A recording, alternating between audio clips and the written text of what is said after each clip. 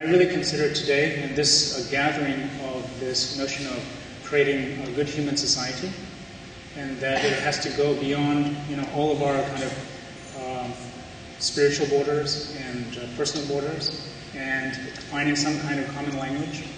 And I think that my experience has been traveling in various places that this is an issue that is really directly and indirectly affecting all of us.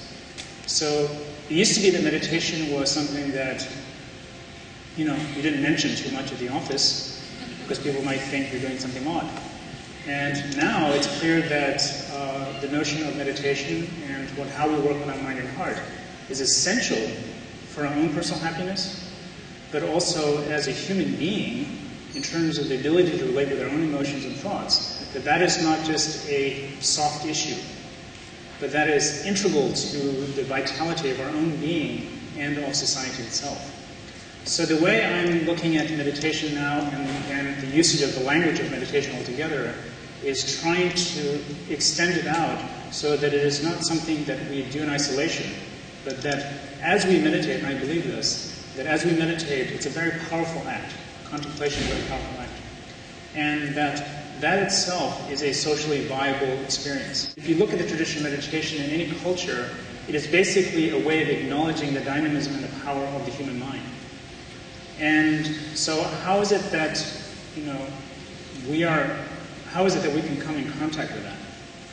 So to myself, it doesn't matter how long you meditate or how long you connect, but that there is some kind of ability for us in some moment to allow ourselves to connect with our own feelings, emotions, and experiences. That we all got up today and we're moving through this thing called life, by the way. And as we move through, what is happening? We're living and we're curious and we're engaging. And sometimes because of the stress of our own life, we can only live a two-dimensional life. So sometimes by the time we go to bed, we think, oh, that wasn't too bad.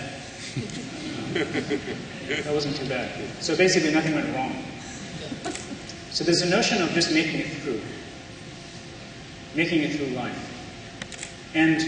But if you take a whole society saying the whole society is just trying to make it through, what kind of society is that? What are we creating?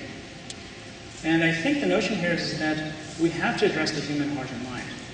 And so part of our ability here, I think, when we're exploring this, is how do we have the language, the expression, and the skillfulness by which to take this personal experience and to bring it into every sphere of life.